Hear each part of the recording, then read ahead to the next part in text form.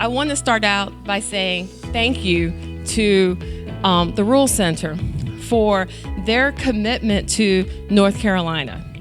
And in that commitment to North Carolina, we are launching the SSBCI 2.0. And that's a lot, right? Like, what is SSBCI 2.0 venture in North Carolina? Stay tuned. You're going to find out. And with that, I wanted to say a special thanks to Rodney Sampson, who is the fund manager of this new fund that's going to come up. Today, I started my day with a devotion that was sent from a friend that was based on Deuteronomy 8:18. It's God that gives us the ability to get wealth. And what an interesting way to start the day, knowing that this was the day that we would be launching SSBCI 2.0, Invest, North Carolina.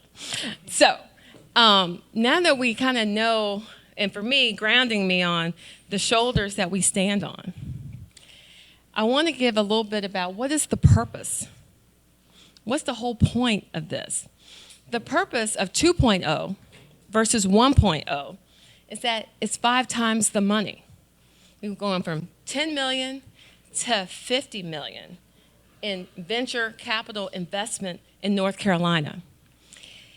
What else is different? It is more inclusive. The number and types of fund managers that will be open to this new investment are more and more diverse. We're looking at all types, whether they be new, relatively emerging, established, but they all have what? A commitment to North Carolina. And then the one that is most important, probably to me, is the intentionality of deployment. The deployment has a over 50% SETI requirement. And for those who are not sure what SETI actually means, social, economically disadvantaged individuals, which means it's a range. It's not just Black people, Hispanic people, it's women, it's veterans, it's disabled veterans, it's the gamut. So we want to be more inclusive in deployment, more inclusive in who's deciding where the deployment goes, and we just frankly want to get out more money. Are we good? Does that sound like a good idea? I thought so. That's why I'm here. So pay attention.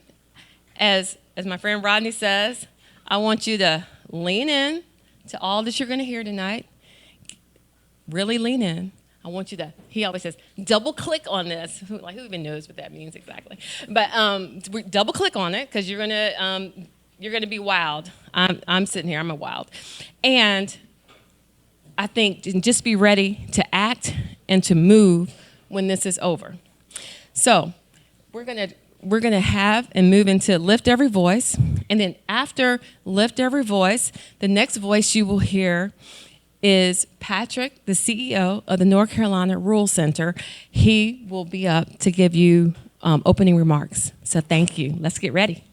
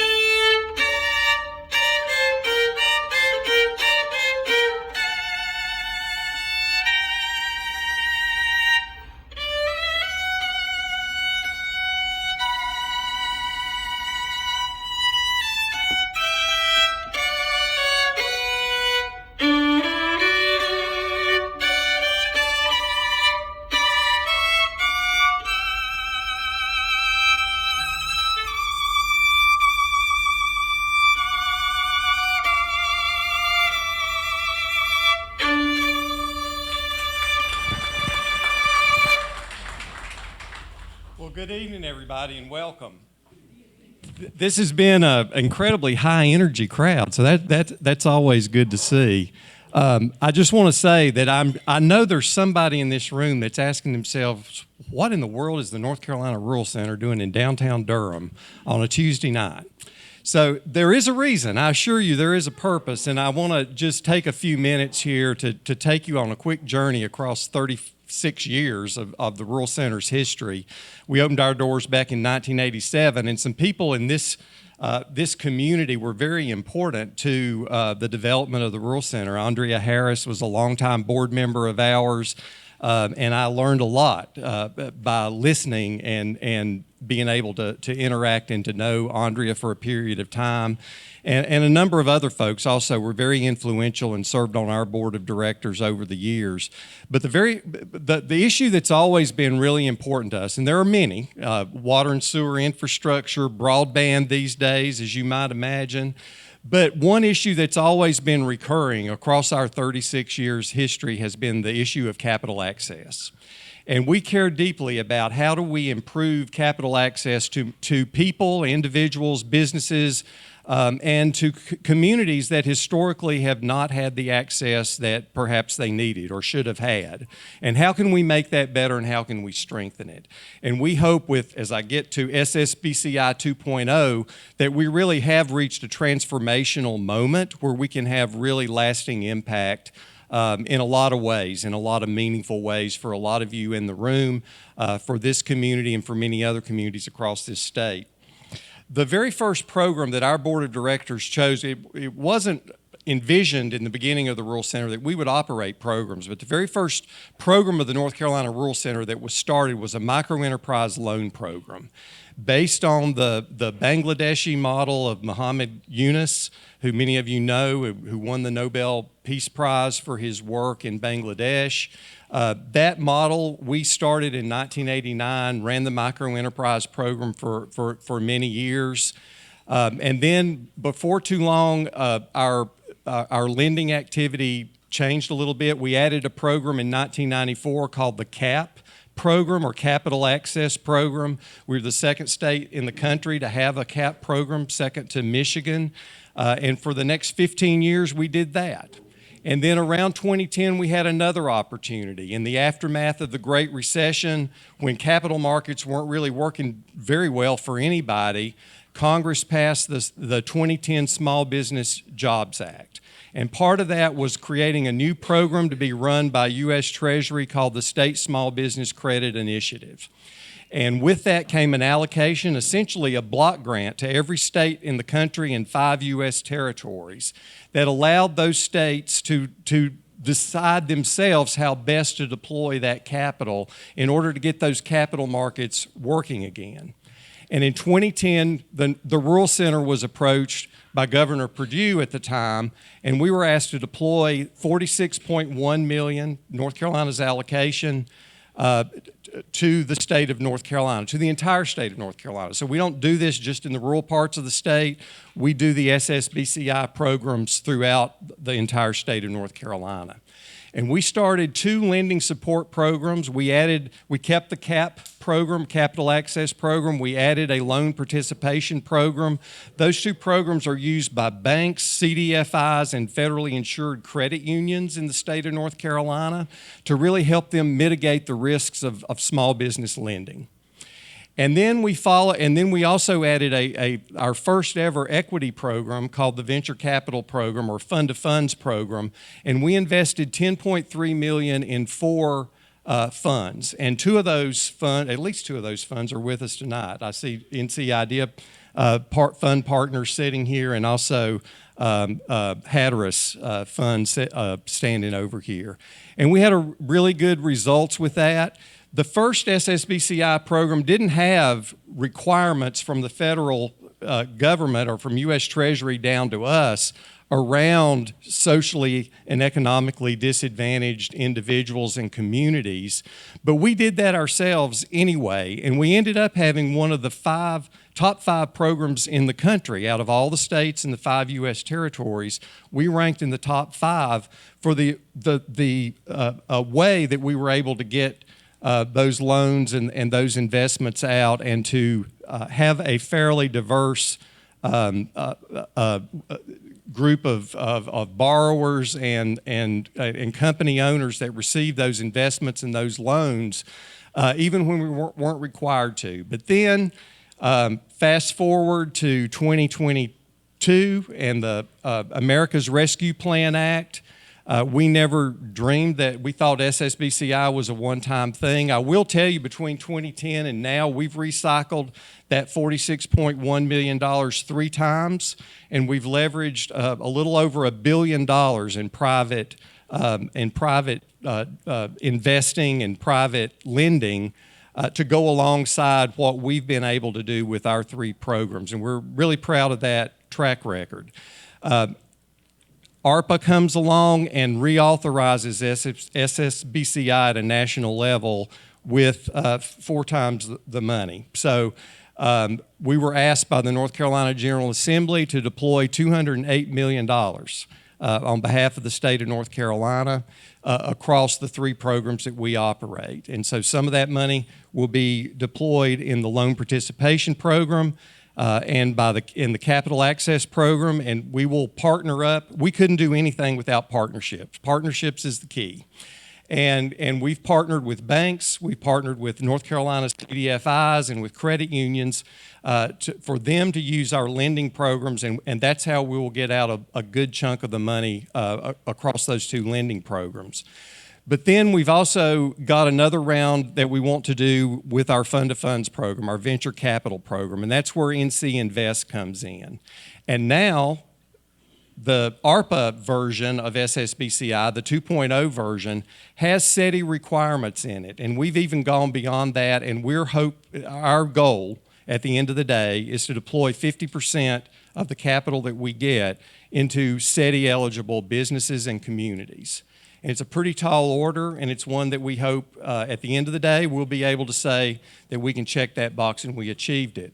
But more importantly than that, we hope in the process of doing that, and there's also a technical assistance component to SSBCI that did not exist the first time around, and the Treasury is just now getting those dollars out the door, but we hope to put those out on the streets with a lot of our nonprofits, our technical assistance providers, our network that really makes things happen and can connect the dots with the entrepreneur and the business owner at a local level, and that will also be a thing that makes the difference and helps us achieve those pretty high SETI goals. And so we're here tonight to talk to you about NCInvest, and to talk to you about up to $50 million in venture capital that's going to be available. And we look forward to working with many of you. I've enjoyed meeting several of you. It's good re-meeting and reconnecting with several of you that I haven't seen in a long time. But we look forward to the work that lies ahead of us, and we welcome you and ask you to join us in this work that we have in front of us. So now I want to just recognize a couple of people, the staff of the NC Rural Center that's here. They're scattered around the room. They can raise their hands. You're going to hear from our Executive Vice President, Armir Kenshin, in a little bit. But I also want to point out Jonathan Brereton back here, President of our Small Business Capital Division at the NC Rural Center. I want to thank Rodney Sampson, who we found along the way and who has been a great resource to us, and in fact, in a lot of ways, we're learning from him, and we're really glad that we made this connection, and that's going to be a partnership that's going to serve us well as time goes on. It's also now my pleasure to turn it over to our next speaker, and this is a young woman that wears many hats, and I'm very proud to say that one of the hats that she wears is Director of Partnership Development for Corner Square Community Capital. And I didn't mention Corner Square a little bit earlier, but this is a wholly owned subsidiary of the Rural Center, as it's Thread Capital, and we have several Thread Capital employees in the room. Thread Capital is our CDFI at the Rural Center, but Corner Square Community Capital is an effort we started during the pandemic in partnership with Truist Bank to take what we learned from the loan participation program in SSBCI 1.0 and to take that program and design an LPP program exclusively for CDFIs in the southeastern United States. So our goal is to build a stronger CDFI industry and a stronger CDFI ecosystem throughout the South. And Truist Bank was generous enough to step up and to fund that effort, and we're well underway. Armir and Deidreana leading that work. And really glad to have Deidreana on our staff as part of that team. But she's also here in Durham, and when she's in Durham or when she's anywhere, she represents Durham, and she wears her city councilwoman's hat. So it's a great honor for me to turn the mic over to Deidreana Freeman, Durham City Council member.